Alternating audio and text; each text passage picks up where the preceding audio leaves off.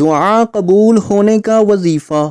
بسم اللہ الرحمن الرحیم۔ حضرت عبادہ بن صامت رضی اللہ تعالی عنہ سے روایت ہے کہ جناب رسول اللہ صلی اللہ علیہ وآلہ وسلم نے فرمایا، جو شخص رات بھر جاگ کر مندرجہ ذیل کلمات پڑھے، وہ کلمات یہ ہیں: بسم اللہ الرحمن الرحیم، لا الہ الا اللہ وحدہ لا شریک لہ، لہ الملک ولہ الحمد وہو علی کل شیء قدیر، اور سبحان اللہ والحمد للہ ولا الہ الا اللہ واللہ اکبر ولا حول ولا قوة الا باللہ العلی العظیم۔